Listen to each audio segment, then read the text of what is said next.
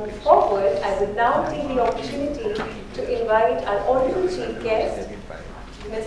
Smriti Irani, our politician, former Cabinet Minister, author and social innovator. I also request Sri Pranav Gupta ji, our General Secretary, and Ms. Pushpita Ghosh, our Joint Secretary, to welcome and escort her on stage and welcome her to the show of Smriti Zubin Irani. She stands as a beacon of brilliance and inspiration. And we are all truly honored to have the opportunity to witness your presence and to follow your words. She is a Indian politician and also a former TV star and has been a cabinet minister from 2014 to 24, a 3-time member of parliament and has held various posts in BJP and also created a history in 2019. She has ministerial portfolios like Ministry of Women and Child Development, Ministry of Human Resource Development, and was also the youngest cabinet minister in Modi 1.0 and 2.0 and the first woman to hold office as Union Minister for HRD and Textiles. A great round of applause, and now we have Pranav sir on stage in conversations with our chief guest, Srimati Smriti Zubin Irani. So once again, ma'am, on behalf of the Federation of Indian Publishers, I welcome you here. And being a chief guest, but I would also like to reiterate the fact that on the 2nd August 2023, when you were here, we discovered 2 things: a published author with us and the daughter of the bookseller. A big round of applause for that. So we don't have anyone outside the industry. It's you, someone who understands the industry very well. I think that's why when Justice Kohli was speaking from the perspective of bias and female authors, there were many aspects which I kept smiling at, and I think that made Pranav very, very nervous. So ma'am, I'll just straight come to the questions. You have been a Minister of Education, Minister of Information and Broadcasting, Information Broadcasting, and Women and Child Development. How do you see the role of publishing in culture and education evolution? I think that the democratization of opportunities that can come through publication and the cognitive impact of it on the growth of a child is something which is not very popularized today. It is very easy to give a family a digital device and say that now we have enough technology so that you have enough access. But what needs to be possibly studied is that access creating a wider knowledge pool, or are we becoming more constrained in genuinely what we know and what we teach? Many a times we feel that if you give a child a tablet, a smartphone, that means you have fulfilled your responsibility by giving them a loaded up device. But reading in itself and post-reading, a conversation around what you have read is actually what helps a child grow, not only topically, but also helps a child manifest their own imagination. Now, I have been a fortunate child who's not only had access to reading material, but also a grandparent who wanted me to describe to them what I read and then write short notes about what I read. So many amongst us today possibly have a remarkable memory because of these interventions that our own family members did. That is not a gift that we are giving to the future generation. And that is where published material is also becoming a victim. So childhood, family hierarchies, and published material is becoming a huge victim. Is not a very nice word to ascribe, but I think that is the reality that we all need to embrace.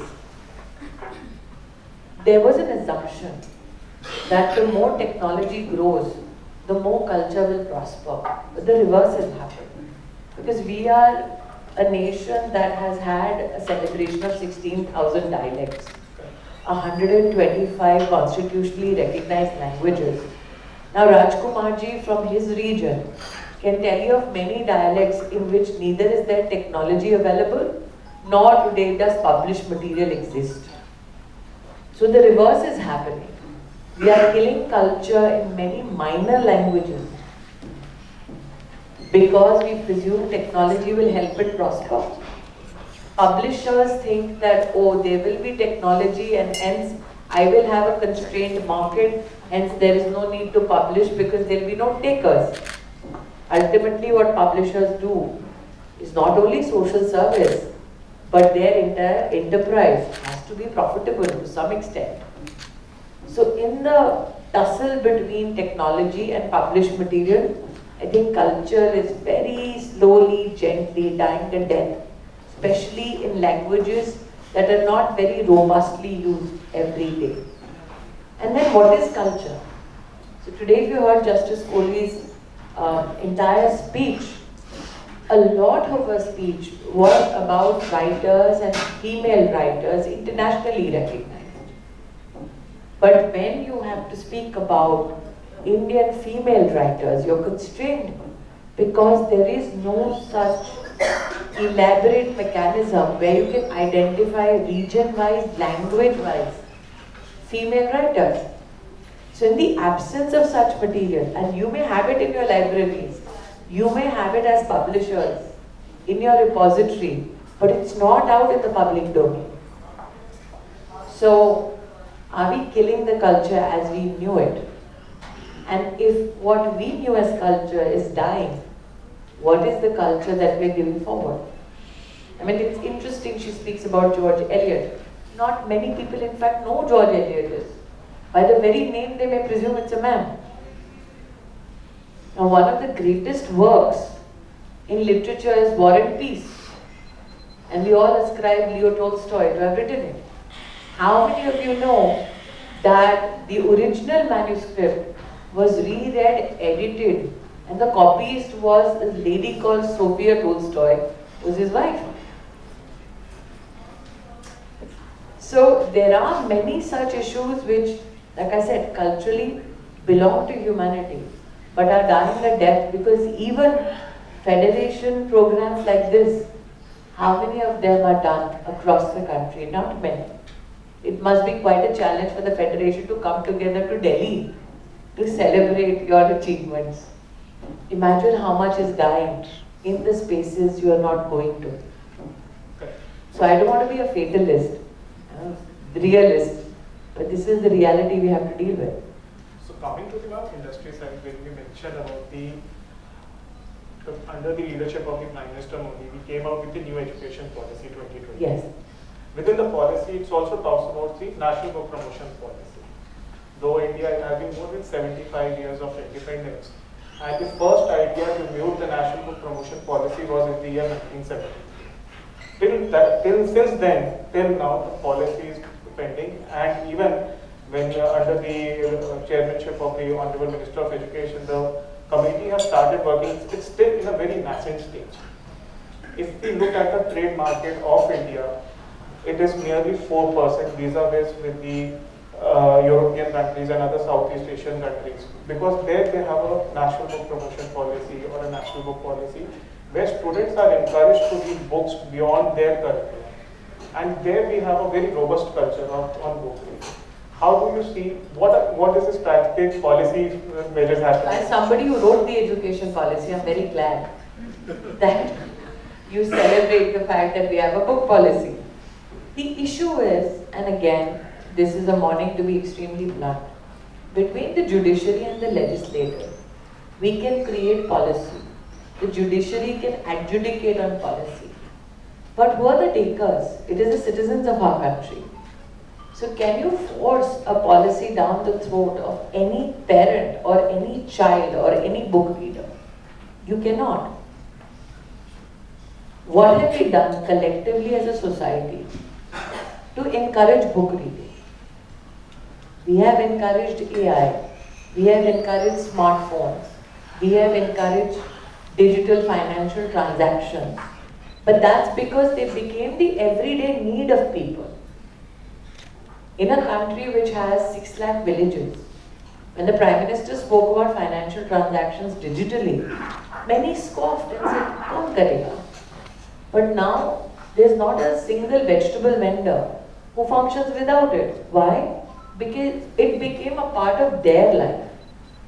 How much have we made book reading or access to that whole joy of book reading a part of everyday need?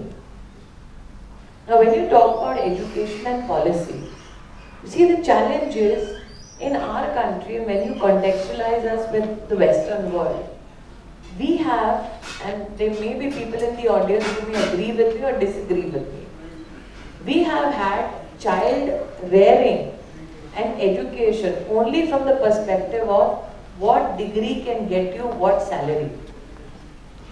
We have never taught our kids what learning can be joyful. So when you're bringing up a whole society, not teaching them that learning is a lifelong experience, is a joyful thing, why would they find joy in books? So while policy makers are creating policy, while you have people like Justice Kohli come and speak at such events, eventuality is this: as families, as society at large, we have to teach our children, our young, to ascribe to the philosophy of joyful learning, just the experience of understanding literature. How many of us can honestly say that when you say the word literature, it excites a youngster in college? They just think of a dowdy professor and marks. Not the left kind, the numerical kind. But the issue is, till such time, you do not create a joyful or a desire to know, how will you have more and more consumption? So now people feel, if I want to know something, if I want to read something, all I have to do is Google, go to Wikipedia. And have we taught our young to distinguish between what is true, what is not, to refer? What did your practice of going to a library teach you? It did not teach you to depend on one book. The whole referral system taught you to read multiple sources and then reach a conclusion. Are we teaching that? No, absolutely, I agree with you. But one thing I can promise you to all the policymakers here, Justice Kohli is here, you are here, and with your good offices, the entire publishing industry is here to assist the policymakers in terms of if we can come out with some kind of campaign like on the lines of Make in India campaign or something, citizen. National Book Reading Day or something. I can do it as an individual citizen. I'm sure Justice Kohli will also join. The issue is that we have been so habituated as industry to always look at polity, to create a consciousness, that we forget we are the harbingers of that consciousness. We are that engine of change. Polity is just a stepping to help us reach a particular destination. Do not abdicate your own power and look at somebody else to give you that power. You are that power unto yourself. You create that opportunity and everybody will follow. Absolutely. So I can बहुत पुरानी कहावत है, आपको दीप भव, तुम उजाला हो और तुम ढूंढ रहे हो कि तुम्हारी विक कौन जलाएगा. And I think it's very poetic कि आज के कार्यक्रम की पहली जो दीप प्रज्वलन हुआ वो जस्टिस ने किया. Right? Absolutely. So you are the fire, you are the light, and you are looking all over, hoping कि कोई मशाल लेकर आए. आप वो आग नहीं लगाओ. आप बिल्कुल लगाएंगे, and I can assure you on behalf of the industry that we are very soon in close consultations with you. We are going to start with this National Book Reading Day program, and we have two lovely brand ambassadors for this program now. So, yes, Rajkumar has been a very dear friend for us. We consider him as a guardian, as a family for our preparation. Moving ahead now. A lot of Indian companies, if I talk about in different sectors, from the telecom, software, IT industries or banking, we find now number of Indian companies in top 10, top 25, top 50, companies in those lists on the global rankings. But when it comes to publishing, none of the Indian companies so far have been able to reach in that list. Because you've not demystified it. But at the same time, the major market revenue share for the industry is with the state publishing owners. No, I'm apologetic for saying this and showing the mirror. You have to demystify the profession for people. They will know how to find new avenues of profit.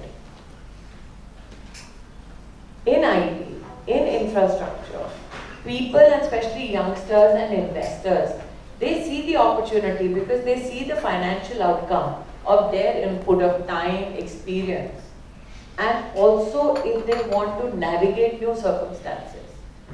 Have we done the same for the publishers as a company structure community? The glamorization of publishing has happened from the perspective of the author.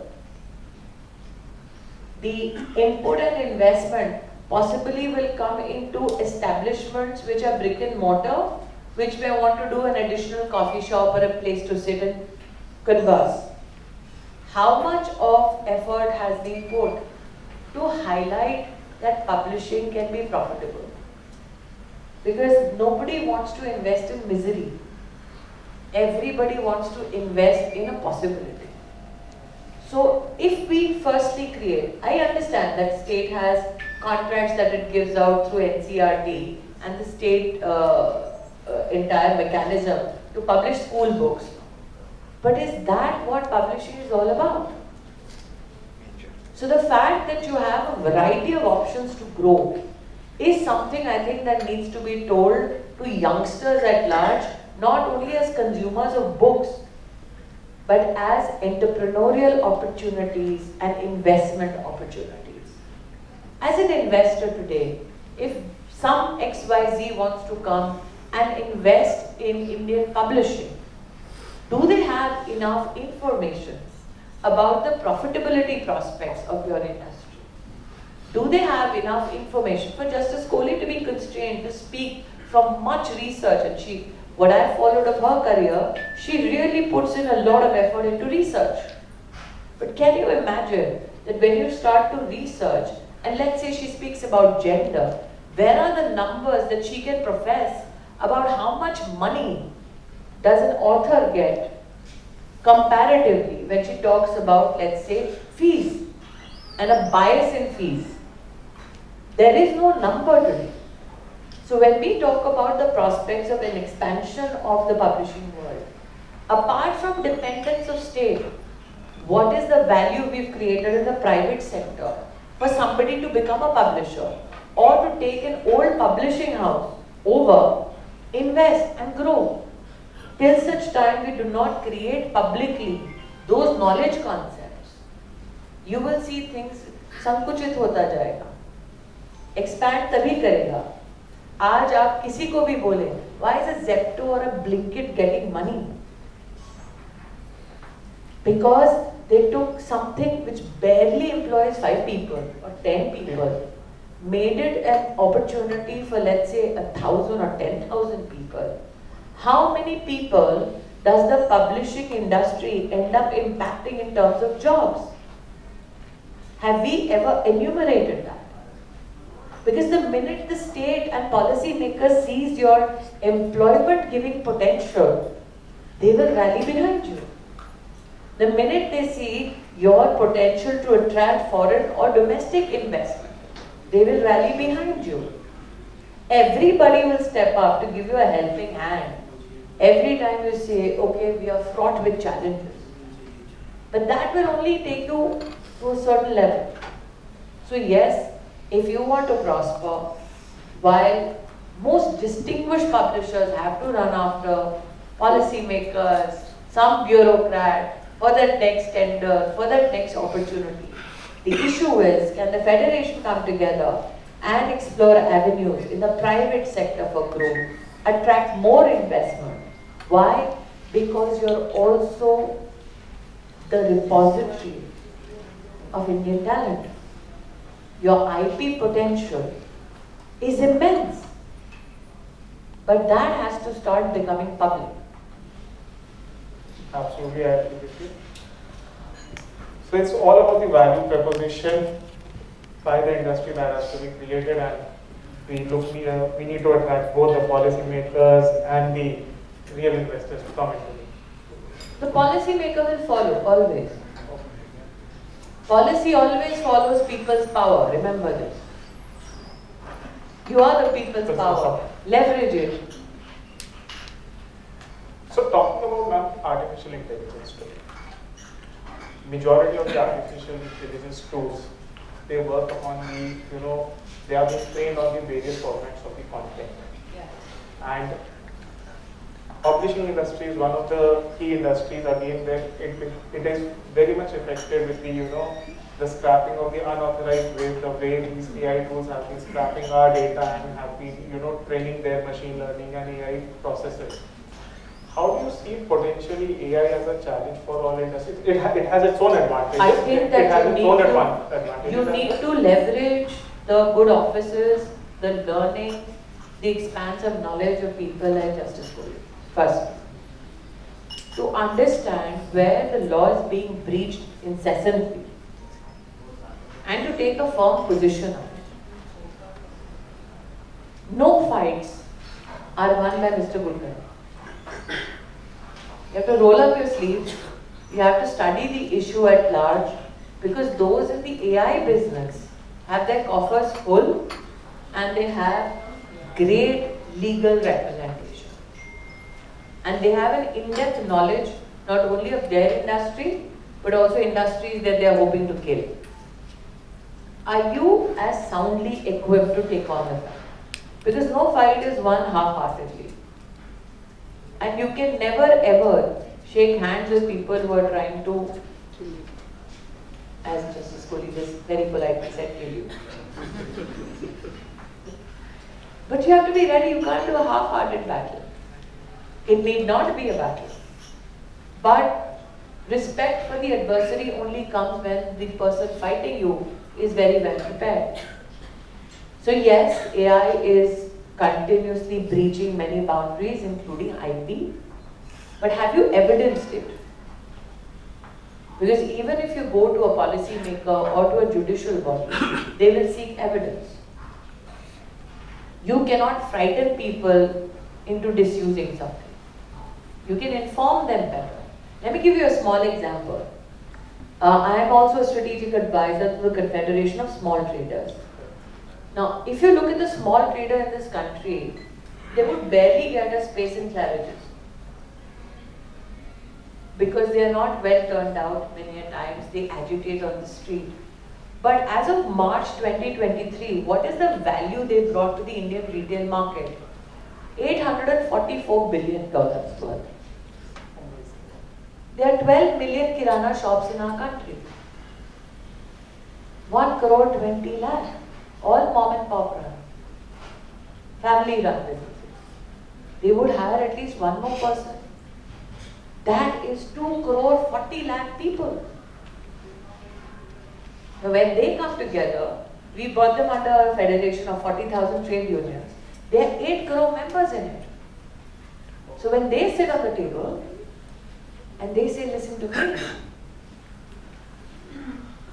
but listen, you are in every house of this country. You are in every establishment of this country. You are making thought leaders of this country, but you've also presented in the past many thought leaders who've gone on to take positions as policy makers, as judges, as lawyers, as entrepreneurs. Bring it out together. She already has the money. You see, you are the harbinger of the power of the underdog. You don't need people who have established coffers. You have made heroes out of nobodies. But have you leveraged that power of yours? Because there is nothing more deadly than a filled up pen or a pencil that is sharpened in a piece of paper. The issue is, have you used it? So considering the time limit we have, I'm making Pranav very, very, very nervous. Yes, you made me nervous, and I'll admit it. And there's a lot to be seen at the federation level and at the industry level. I can only be a free. The blueprints are absolutely who speaks truth and who gives us the path where we can progress, where we can grow. Otherwise, I can be one of the very amiable policy makers who say, "हाँ हाँ बड़े अच्छा करते जाइए sir." And Rajkumarji knows I'm not one of them. A quick fire round chat and then we'll start with the awards. Okay, Pranav is now trying to be correct to her. Yes. And I'll keep And it it's only called to fireside chat. Yes, fireside. Don't sweat. Okay. So what's your favorite book of all time? Mine, Animal Farm. Now you know why. Favorite author? I should not say me, but if you read up on what the lady has adjudicated on, that makes for some very fancy reading.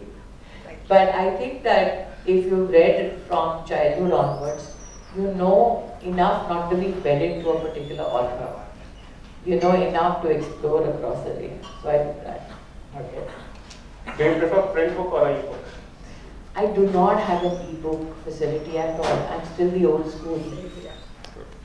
What quote inspires you most in your career and life? I think it's Rudyard Kipling's If you've read the poem, then you know it. When you treat success and failure just the same, then you're truly, as they say, a man, potentially a woman. Any book which had a significant impact on you? The one I wrote. Because that's when I realized that it is, you can be so flippant when you pick it up, but you do not realize the years that go into making a book a reality. In one word, how would you describe India's rich literary heritage? There isn't one word that can accumulate India's diversity. I think we are very fortunate to be a part of a country where we have seen many historical turns around the world. We can learn from the mistakes other nations have made. We can learn from our own past and prepare better for the future. So I think it's a fantastic time to be in India and to be an Indian. Great. If you could recommend one book to every Indian, what would it be? The Constitution. Great. Any book you are currently reading or recently read? I'm reading multiple books. So between Dinkar and reading about Caesar, I have a wide variety that I've looked into. In your view, which is more powerful, education or creativity? A mother who's creative and educated. Well said. One last. What's one key message you would like to share with the publishing community? Realize your power. You know your potential. Ladies and gentlemen,